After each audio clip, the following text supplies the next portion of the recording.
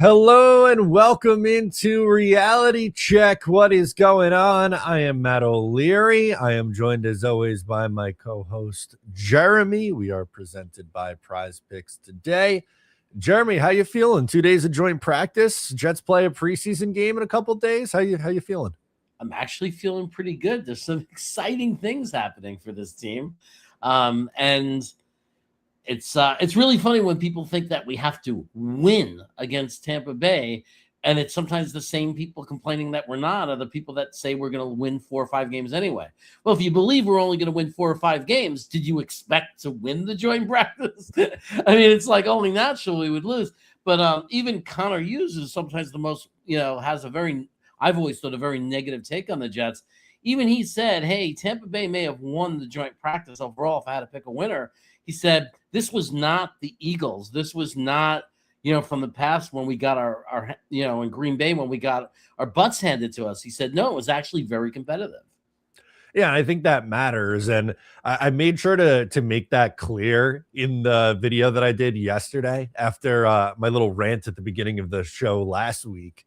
Made it clear that just because the Bucks, you could argue they won practice yesterday. I think it was even more even today than it was yesterday. But doesn't mean that we're declaring the season over in the middle of August. None of that. But it seemed like, at least speaking for yesterday, we could start with just the overall experience from the joint practices. I think the big thing yesterday was it just looked like the offense was struggling to get going early on in practice. Yeah, and I think that not to make excuses, but people got to be realistic about some things. And one of the things to be realistic is our offense has a new quarterback, a new offensive coordinator, and they're 14 days into padded camp. Not even 14 days until they started camp, maybe 8 days into padded camp. That matters. Tampa, on the other hand, has a second-year offensive coordinator after their coordinator left. They're going into their second year. He has a system that is identical to the system of the guy who left, who went to coach Jacksonville. And you have a quarterback who's been there for 4 or 5 years now, or at least 4 years, 3 or 4 years. So there's continuity there. So their offense is coming in. They're known to have a defense, same system for years. We're coming in, bunch of brand new defensive players, new defensive coordinator. Our offense is a new coordinator, and we're on August 12th. So we have to be realistic. The fact that we're competitive is really encouraging. Yeah, I think so too. And you know what it is? I'm not saying that this is the right takeaway, but I think a big reason for why there was such negative reaction yesterday, and maybe in general when the offense doesn't do well or something bad happens, is the Jets aren't going to get the benefit of the doubt because they've been so bad for so long. And I Yeah. think that plays a big reason into it. Yeah. Yeah. No question. We've been burned. We're all traumatized. We've seen not just bad offenses. We've seen offenses that are historically bad. We've seen historically bad offenses that make bad offenses look good, like dysfunctional. So, yeah, there's an expectation if we want to see it look good. But at the same time, we have to remember this team is not responsible for the past, or 99% of it, right? Maybe last year you could blame a little bit on Aaron Glenn, but this team is not really responsible for that whole history. And they're 13 days into training camp with a new coordinator. So, and a new quarterback, like as far as who just came in from another team. So it's like reality. It's just reality.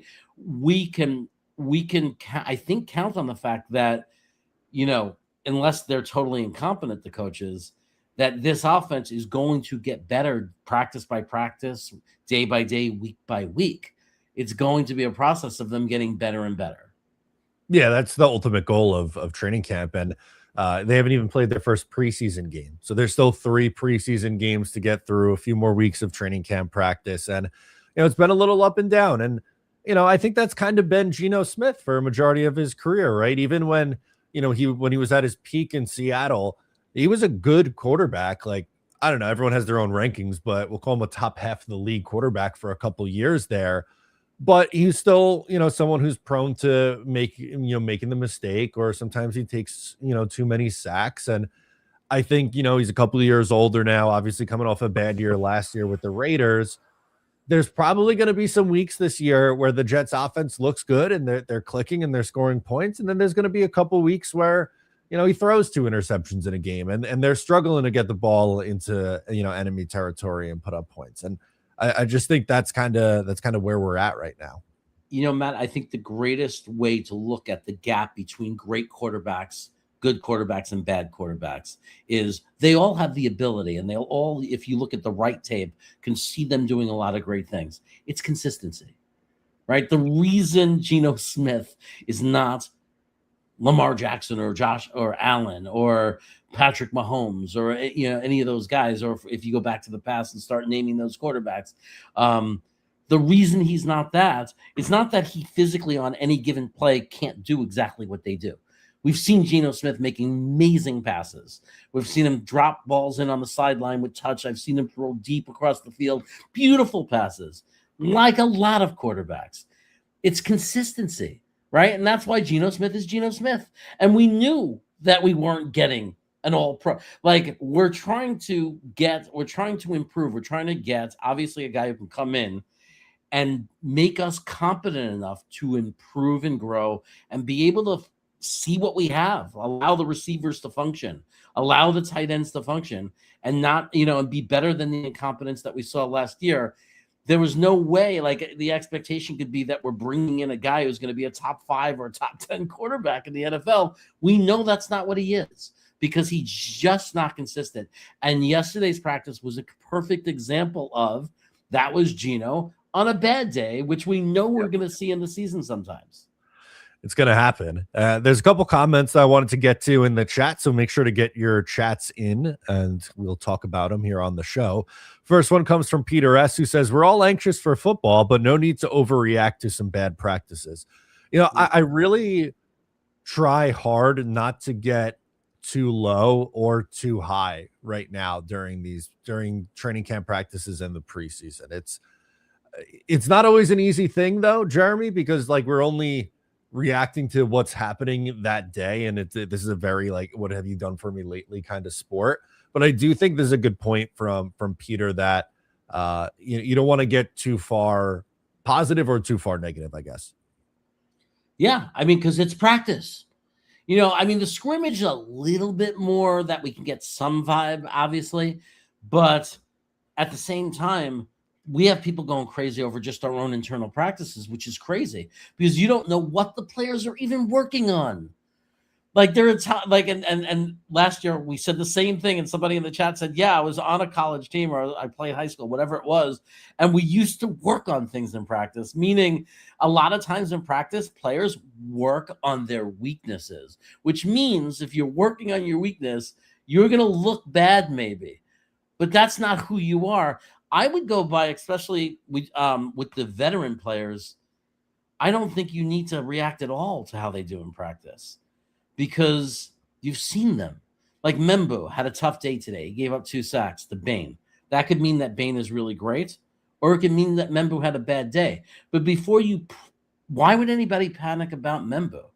We saw him for a full year last year. We know he's good. And he's arguably been the best player throughout every other day during training camp. Right. So why would we think now, because he got beat a couple of times, oh my God, it's the end of the world? It's just, we would always rather see people do really well and succeed.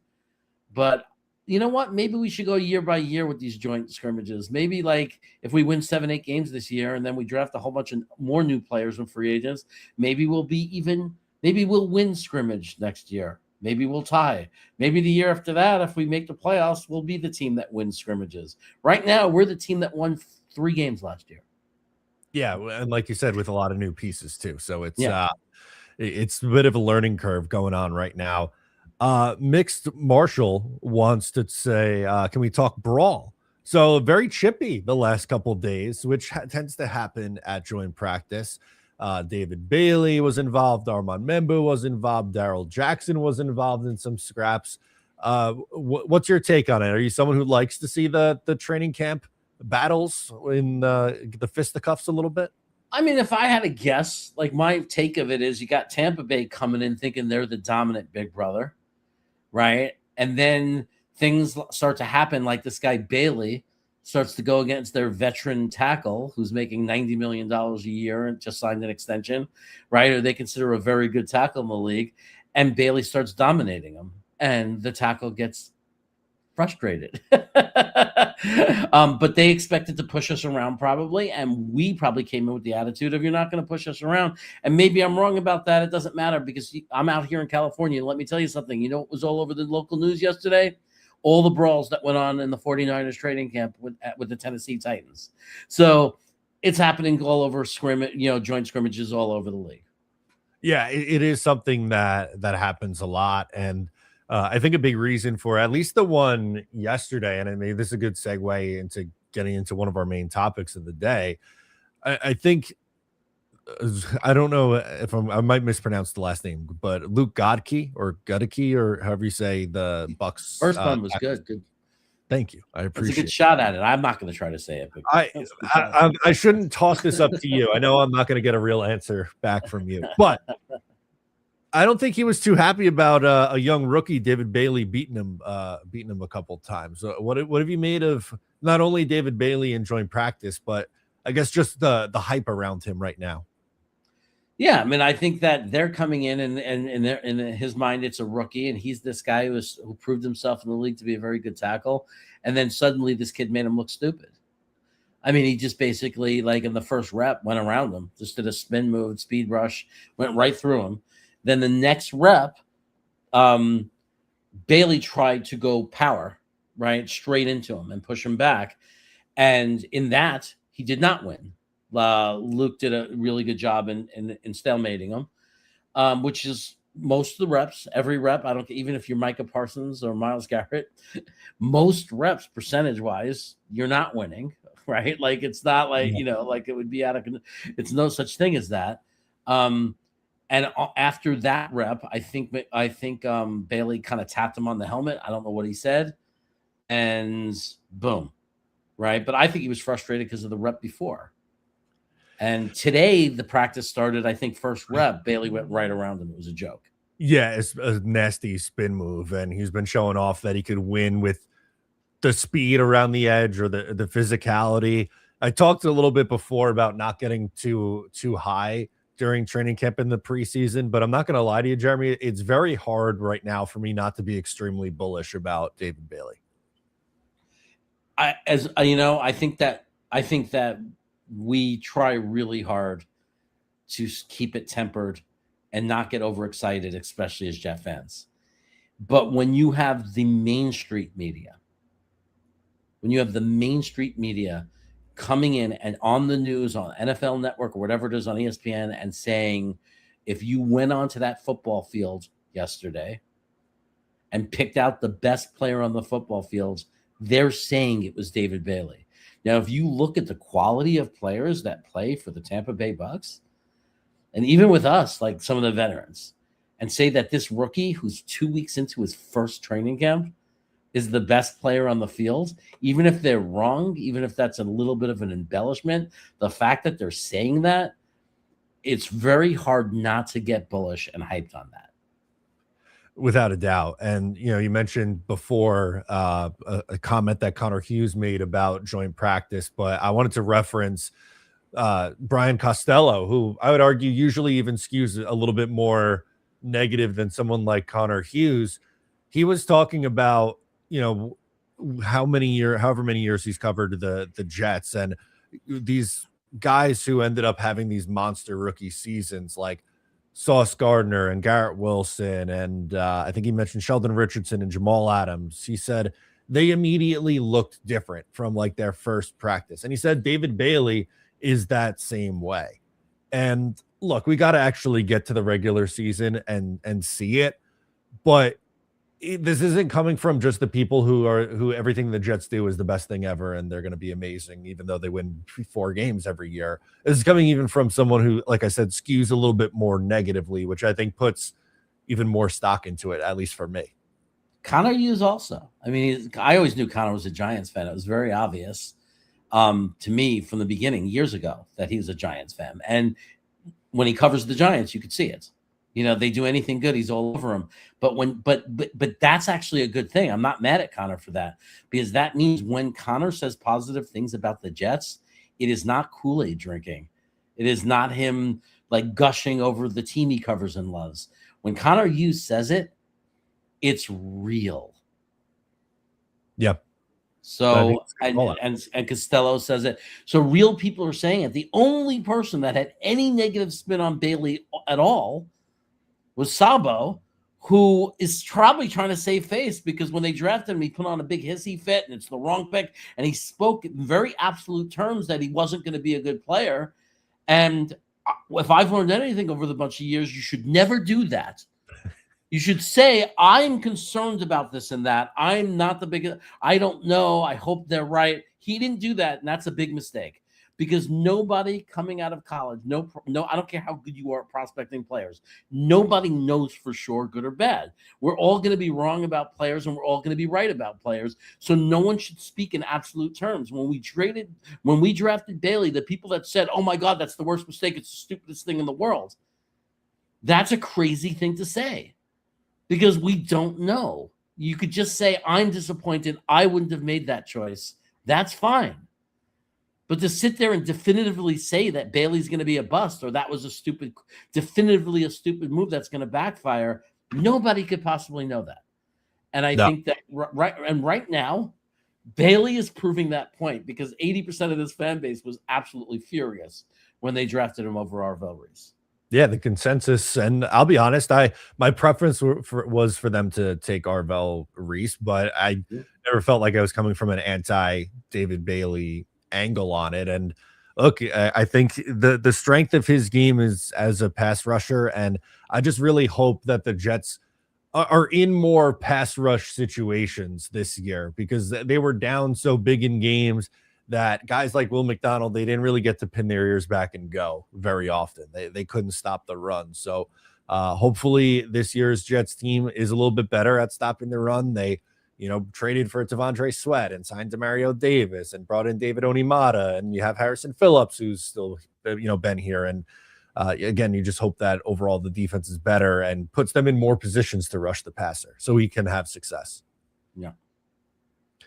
Wanted to go to Nose Kills. Thank you for the super chat. Nose Kills says a failed power rush equals reason the spin works. And then he's saying not that the fail is intentional and vice versa. But I mean, my interpretation of this comment is, as a pass rusher, you need to have a deep bag and be able to beat offensive tackle in multiple ways. I think the best aren't just, hey, he gets off the ball faster than anyone, he's just going to go right around and win with speed. You also have to have some power in your game too to really truly be elite. And I also interpret it as, if you do the same move every time, spin move every time, then eventually they're going to adjust to that and play for that. So you have to do power rushes to keep them honest, because if so they can't just specifically guard or protect that. It's like you have a pitcher who can throw a 100 mile per hour field fastball. Why does he throw curveballs? Why does he throw off speed pitches? Because it makes the fastball more effective. Exactly. Right. Yep. And I would hope that Bailey, if we know he could do it with spin moves and speed, I want him to work on power rush. Like, no, if there's a practice where he gets no pressures because all he's doing is power rush, to work on it. And that's what I mean by don't judge too much into practices, because you might not know the reason Bailey might have what we call a bad day is because he was specifically working on something and he wasn't using spin moves. Yeah, no, that's a really good point, because we don't know the behind the scenes of what's going on the day to day, right? Like, they might be very focused in on, hey, we need you to do this today. Let's work on it and try to get better. And you might not see the flashy stats that day. That's a great call. Yeah. How about this one? We got our guy Snowball says, ciao from Italy. Joining in, watching from Italy. How about that? Some international viewing today. Why do I imagine him in Italy with Johnny Boy? That was his wife. It's just him and Johnny Boy with a glass of red wine on a beautiful balcony overlooking the beautiful Italian. I don't even know what you want to call it. Just the views. That's It's right. got to be him and Johnny Boy. That's right. Rich sent his wife down to Virginia to help Johnny Boy's wife take care of all the kids. Now it all makes sense. Now it all makes sense. Let's keep it rolling here with some more takeaways from training camp and the joint practices so far. We talked a lot of David Bailey right there as a standout, but whether it's continuing from where we were last week or even a new name since we've last spoken, is there another standout that you want to get into and talk about here? Belton. That's where I was going to go. And I didn't even see it coming. Like even a few days ago, even on Sunday, I wasn't really talking. But now I've read a bunch of things, and I'm getting more informed. And it turns out that, I mean, we thought Minkah Fitzpatrick would be the big improvement, but the way it sounds, this kid Belton's going to be this huge improvement. The way he's playing, and he's having this great, really impressive camp. And you combine that with Minkah Fitzpatrick, that might be the most improved room in the team.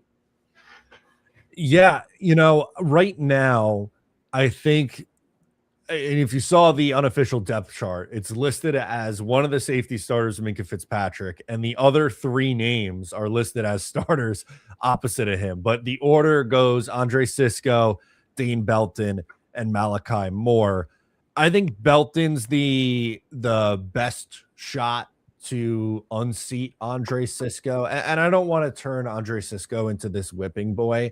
It feels like a lot of Jet fans are down on him, and rightfully so based off of his play. But however, I just wanting to see the best lineup the Jets could put out there. I think it makes more sense for them to start Belton over Andre Cisco. You feel the same way? If it's an honest competition. And yeah. and I'm no other people did it in the past, but the first person that really made me aware of true open competition and backed it up was Pete Carroll when he went to the Seahawks. That was the poster child for true competition. When they signed a multi-million-dollar a backup quarterback, and gave him a huge contract to come, from Green Bay to come in and play for them, and then 5th round pick or whatever it was, Russell Wilson, or 3rd round, beats him out in camp and becomes the starting quarterback. And I think that literally was gushing. It's all a competition. Like nobody has anything handed to them. And if we're going to be honest, like Belton is standing out, right? We're not just saying, oh, he's doing a little bit better than we thought. No, he's standing out in these, now, in all these practices. It's with consistency. What message does it send to the team if you don't start him, if he's clearly playing the best at this position?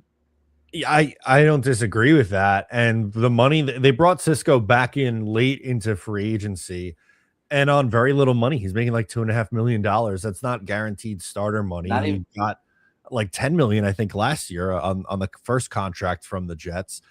And like you said, of the two names, Belton is the one that you hear is making the plays in training camp. And unfortunately, on some of these better moments for the Jets offense, or in the last couple of days, I don't think he looked very good in the joint practices. Supposedly, they were able to move the ball a decent amount against this Jets secondary, according to these reports here. Yeah, I mean, look, Cisco was brought back like he's $1 million hit if we were to cut him, for example. Like that deal was we want him back. Like we wanted to make sure we had him back in camp. It wasn't a guarantee that he makes the roster. It wasn't handcuffs.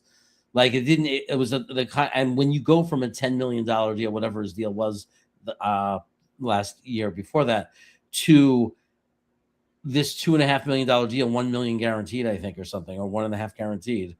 That's a clear demotion. That's a clear, we do not believe in you like we did a year ago.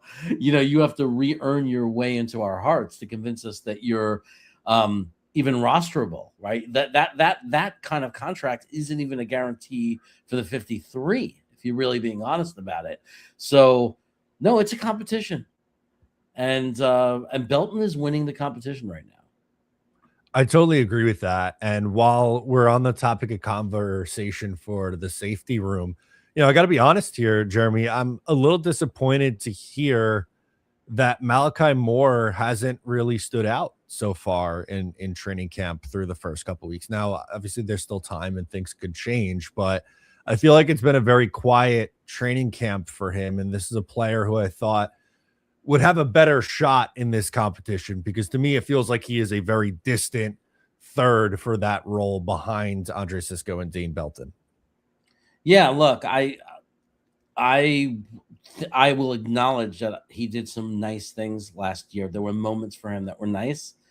There were also really, really bad moments, like where he looked like a fifth round, draft pick, and there was no, in my mind, I never thought there was any kind of guarantee that he was going to develop into this good starting safety. I thought there was a chance. I still think there's a chance. Like, I'm not going to say it's impossible, but to me, he was always a guy that if you had to predict, like the ceiling would have been he's a starting safety, right? But the likelihood is he's a backup safety. Like, it's like the likelihood to me was what I saw was he didn't show me anything to make me think he wasn't just a guy who was fighting to be an NFL safety. And so it doesn't shock me. It doesn't shock me at all. Yeah, and I think that's a good call out. And there wasn't a ton on this defense to be excited about last year. Maybe that's a player we got a little amped up on as a community. But the bring in a couple new additions and Minka Fitzpatrick and Dane Belton, and that kind of changes the layout of this safety room now. Yeah, yeah. And don't get me wrong, I would love for Malachi to become a great safety, obviously, and to work out. Because if he, obviously, when you take a guy in the fifth round and if he ever becomes a starter, that's how you build championship teams. When you find starters in the fifth round of a draft. Yeah, exactly. Let's get into this super chat from Fletch. Thank you for the support. Fletch says, I feel like if Gino gets hurt and we have to turn to Klubnik, the season is lost.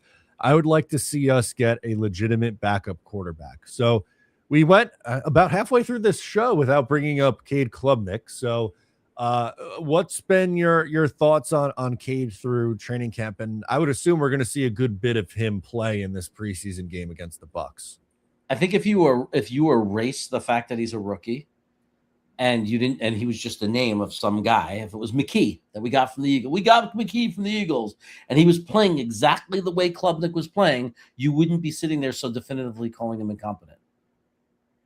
Right? Because nothing in training camp is showing incompetence and that the season would be lost. Do I want, if we were somehow 7-4 and Gino got hurt, I'd be very concerned. As much as I like Klubnik and think there's a chance that we found, and I'm not saying that means he's going to be a franchise quarterback. I mean, but even if he was just a good, competent backup quarterback, that'd be great, right? From when he was picked. But I would be very concerned that we don't have a veteran quarterback to bring in. But on the flip side of that, if we're 1-7, or if we're 3-8 and Gino got hurt, or if they benched him and they bring in Klubnik, I don't care. Why? What's the point of bringing in a veteran? What would that do us, right? So my concern is there is some concern there that if we're competitive and then he gets hurt, we're relying on a rookie. That is true. But I'm not going to sit there and say that he's not a legitimate backup because I don't think we know that yet. There's been rookies to come into this league and be competent quarterbacks, like competent enough to manage games and be an okay backup quarterback.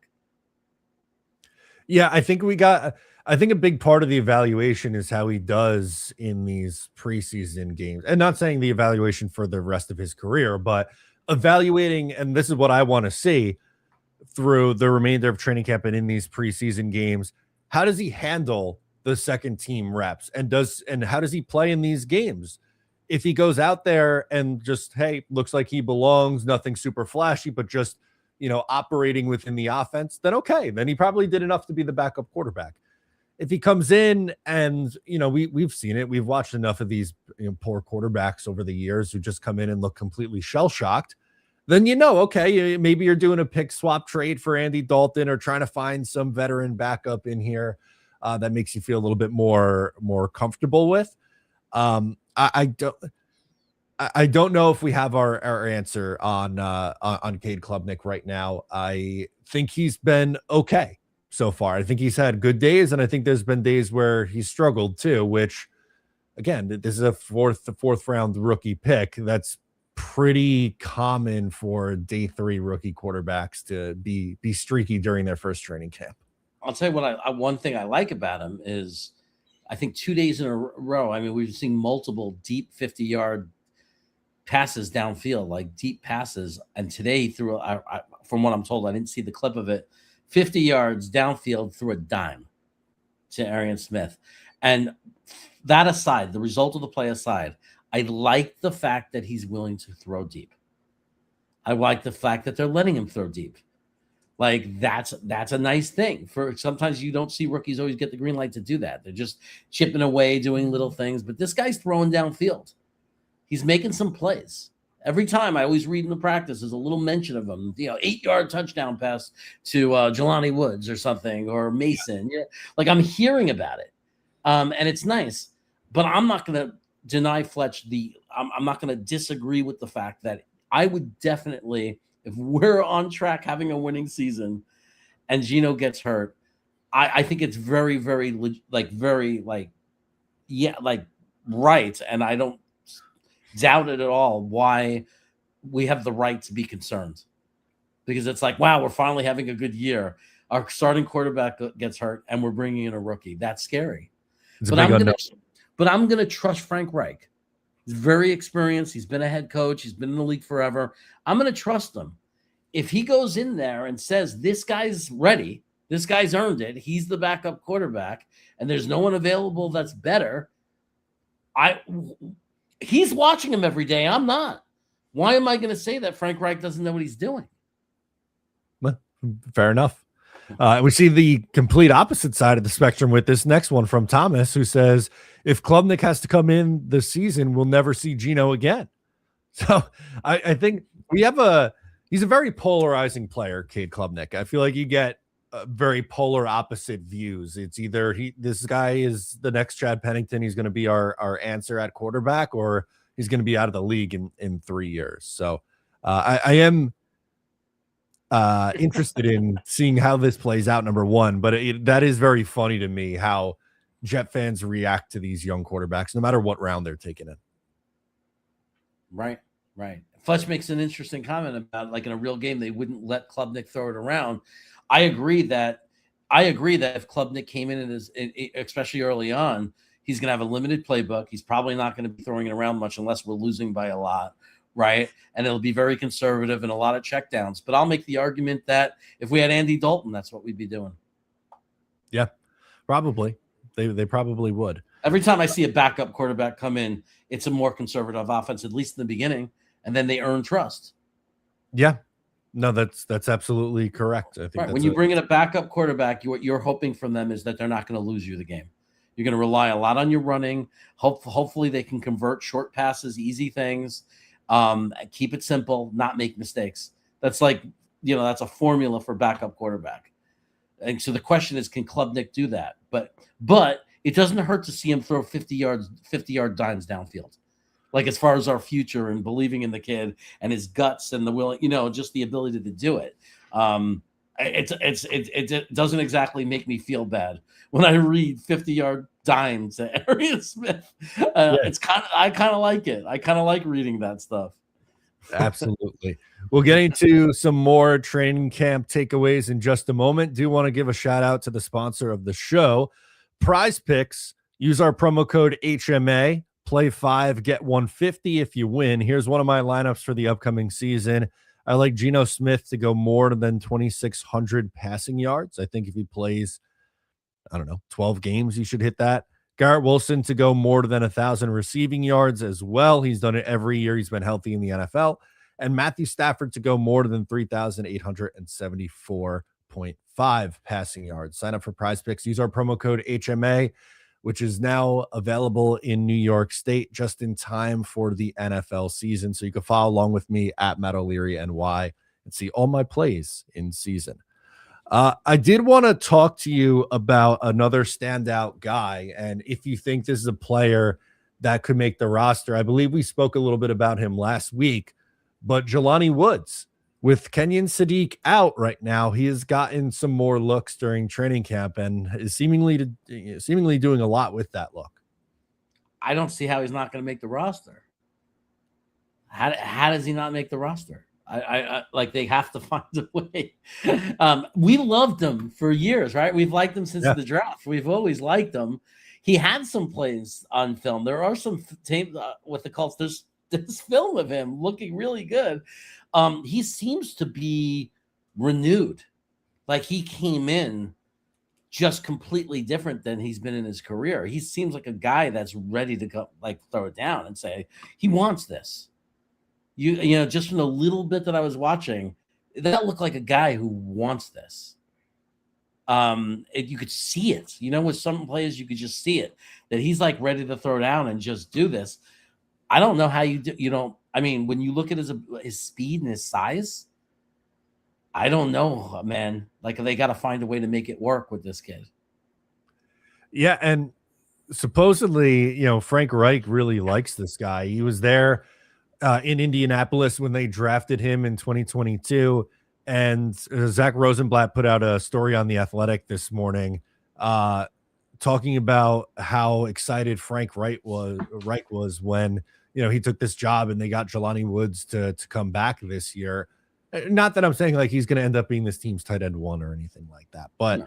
I think with the Sadiq injury concern, maybe their plan would be Jelani could be our receiving tight end and do a little bit of what Kenyon Sadiq could do in this offense. Jeremy Ruckert's more of our blocking tight end.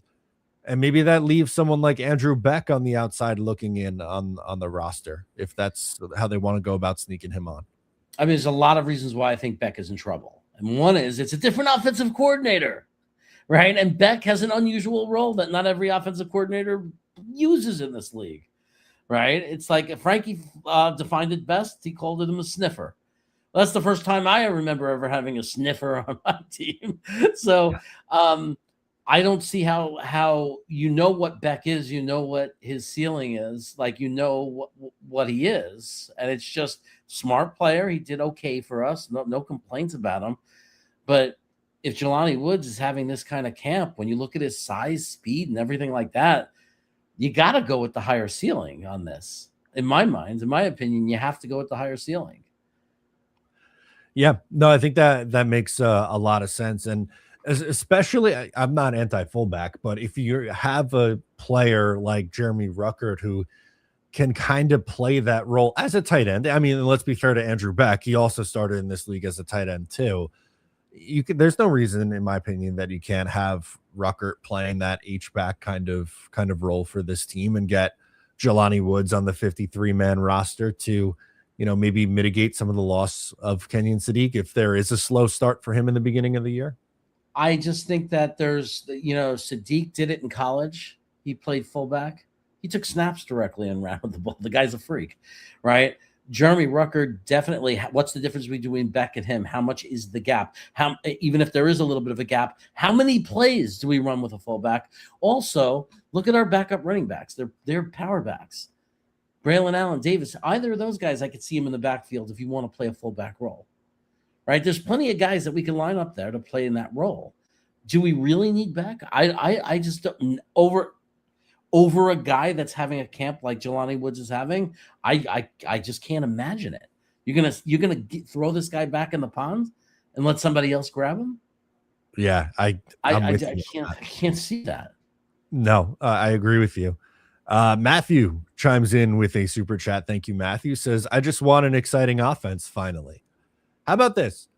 I'll phrase this question to you like this. Will this be the first time the Jets are not bottom 10 in offense since 2015? How about we start there, not being bottom 10? Is that exciting enough? And I think that's a realistic goal. Like, I think we said 20th, right? Like, you know, which is just under for being in the top 10, bottom 10. You know, and I think it's realistic, and I think everybody knows deep down it's really Geno Smith, whether that's a reality or not. You know, it's his consistency and his ability to be able to show up, and Because the running game and all of that, you have to have a passing attack for that to be something you count on. We're not, there's a big difference between being able to run the ball effectively into a defense that has to respect your ability to pass the ball versus a defense that has no respect or no belief in your ability to pass the ball. Yeah, no, that's a really good point. And I think Gino's going to be a really big factor in that, obviously, as the quarterback. But I think they could, maybe be right around league average, like you said, 20, maybe 16th. Anything more than that is added bonus, and I don't have the stones to predict that right now. I don't.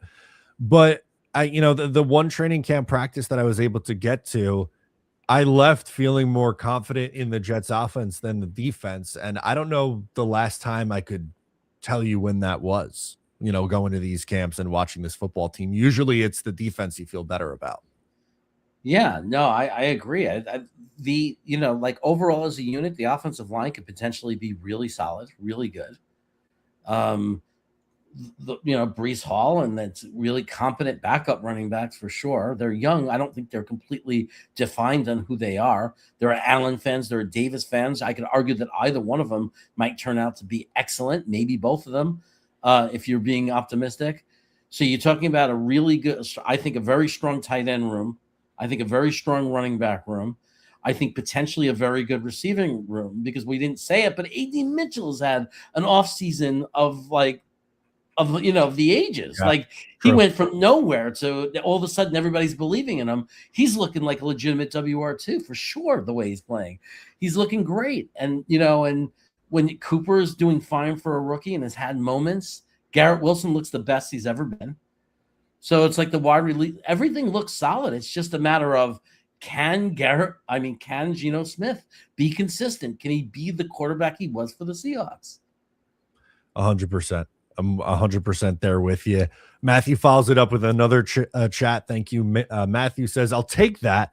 I can't do another season with the offense that we had, specifically last year. We have too many weapons, and yes, Geno will throw it. Jeremy, I got to tell you, I was doing some research as I'm getting ready for my season preview. I always like to give my predictions for stat lines for each one of the guys, and I was looking at NFL passing numbers last year. The Jets had the fewest passing yards in the NFL. Now, keep in mind, we are in the year 2020, or last year, we were in 2025. We're not talking about 1950s football. The Jets as a team, so not just Justin Fields or Brady Cook, as a unit in 17 games, threw for 2,385 passing yards. How is that possible? Jerry, that's 140 yards passing a game. That's unheard of. That's crazy. It's so bad. It's so bad. They have to be better. I think Geno gives you a higher floor than that. I would take 200 yards a game from him. And it's even worse when you watch it. Because remember, we watched it. We sat there. There were certain plays I can't get out of my head. It's like trauma. I mean, there were certain plays I can't get that one play out of my head where Mason Taylor was just alone running across the field towards the end zone, and Justin Fields was looking right at him. I mean, he's like his helmet's facing him, and he just stood there and didn't throw it. He was afraid to pull the trigger. It was maddening. That was just an awful offensive output last year. Truly embarrassing numbers. 140 yards passing a game on average is just like I said. Bad. Imagine a terrible game for the quarterback. Only threw for 140 yards. That was our average. That's what we did every right. If you have one game, if one game during the year your starting quarterback threw for $140, you'd go, man, that was a rough one today, fellas. That was their league. That was the average over the course of 17. That's what we got. That's what we had.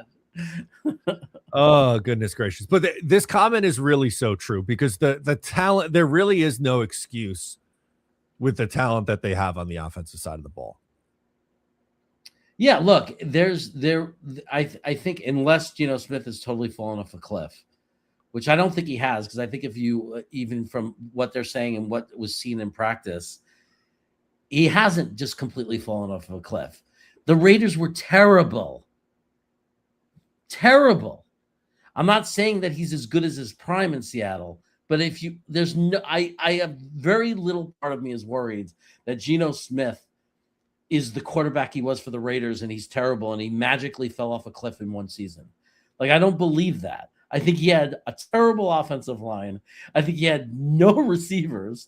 His only receiver was Bowers, who got hurt.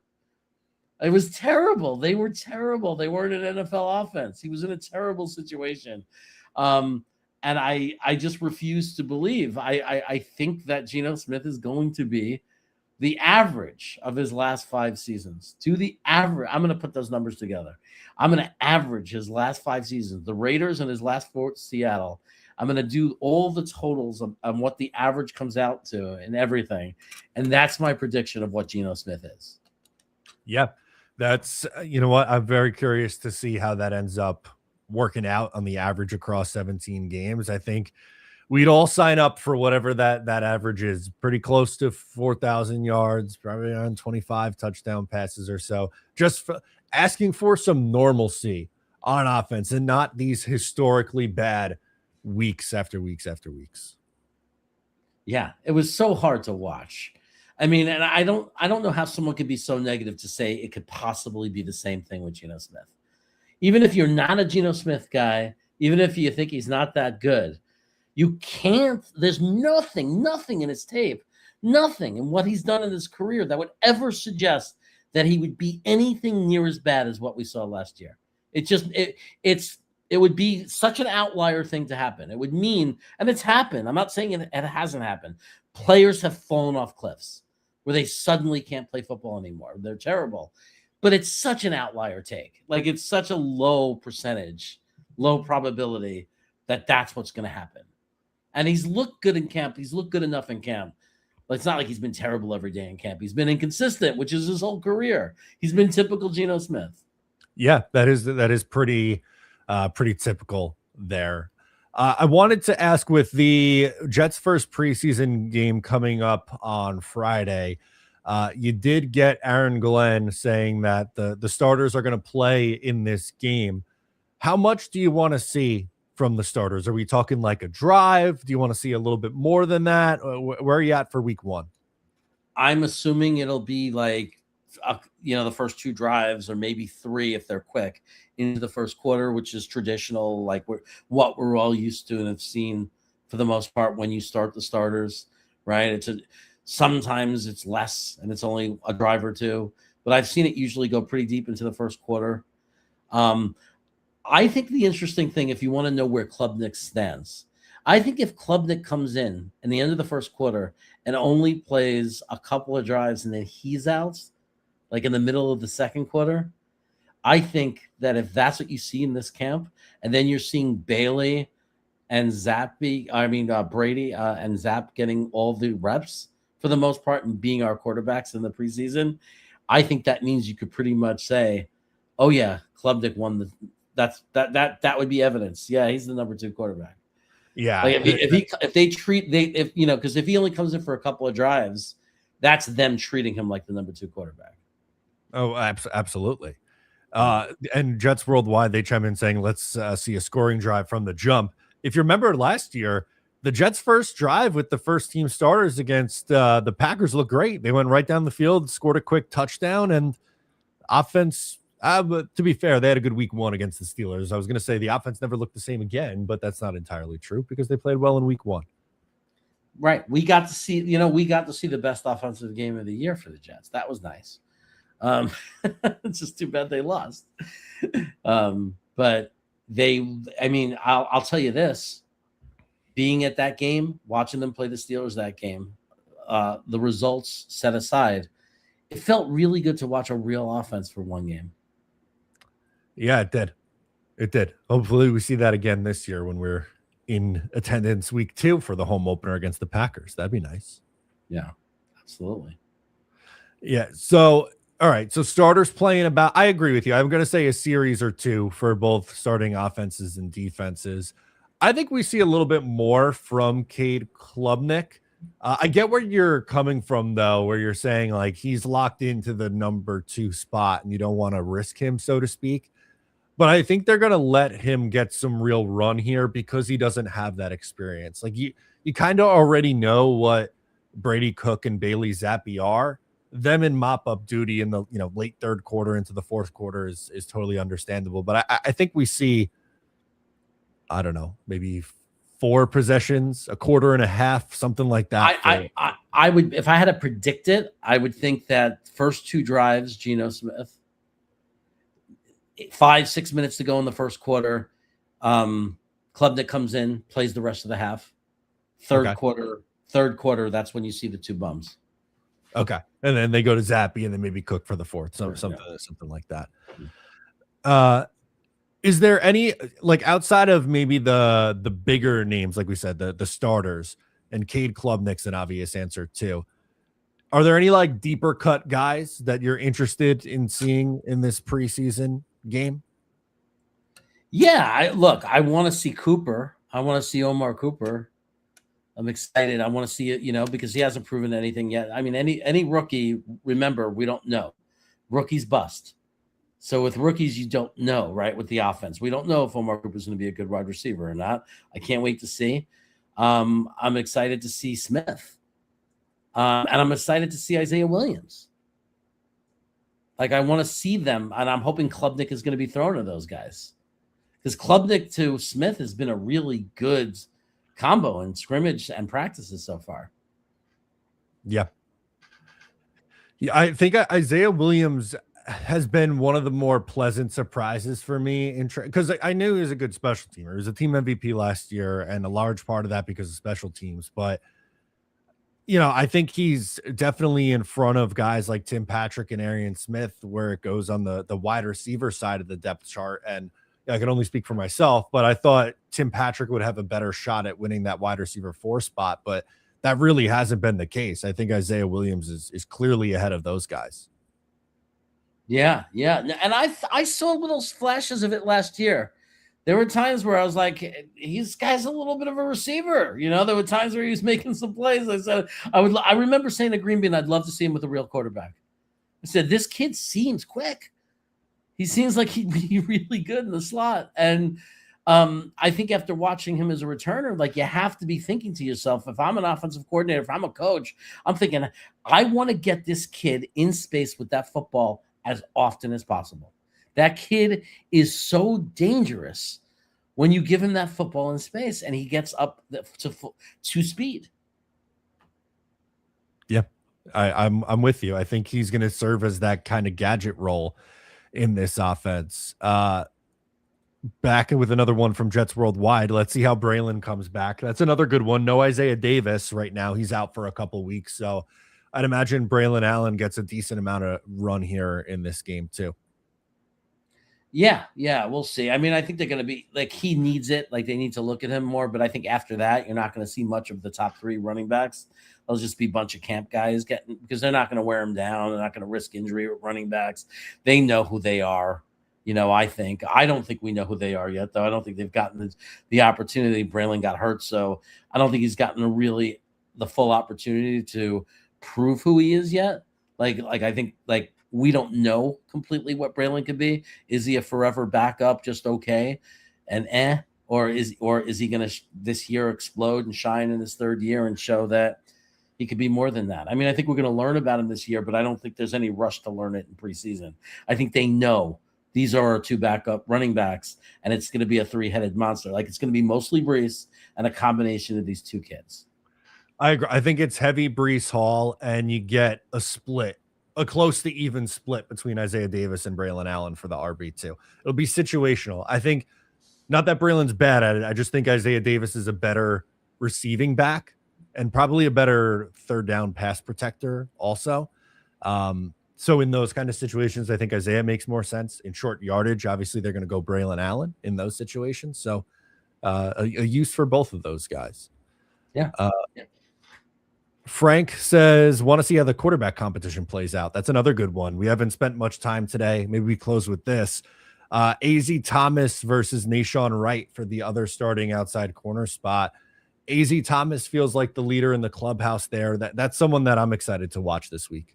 Yeah, I think it's I predict, and it looks like it's going to be, if it, based on what we've seen so far and I was hoping, because I really love Thomas. I think it's going to be AZ Thomas, Stevens. I think you're going to have Pons didn't get to play yet, so I think there's going to be a competition between him and Brownlee, because it's not going to just be given to Pons. Pons is going to have to assert himself to be the slot. But I think there's going to be a lot of nickel. I think there's going to be a lot of dime packages where you're going to see Brownlee and Pons on the field. And I think Pons is going to be that guy. Again, when you're playing a team that lines up in passing situations, 3 guys on the boundary, like 3 wide receivers on the outside, I think Pons is the one that's going to go out and get that other wide receiver. Yeah, I think so too. And hopefully, I know he hasn't practiced yet this week, but sounds like D'Angelo Pons is trending towards practicing next week, which that's another guy I can't wait to see some more out of. Super excited. Super excited.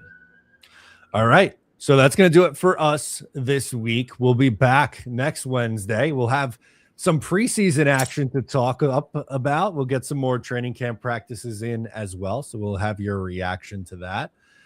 Make sure to tune in again next Wednesday at 3:00 Eastern. I'm Matt O'Leary. He is Jeremy Jets Chaos. We'll catch you next time.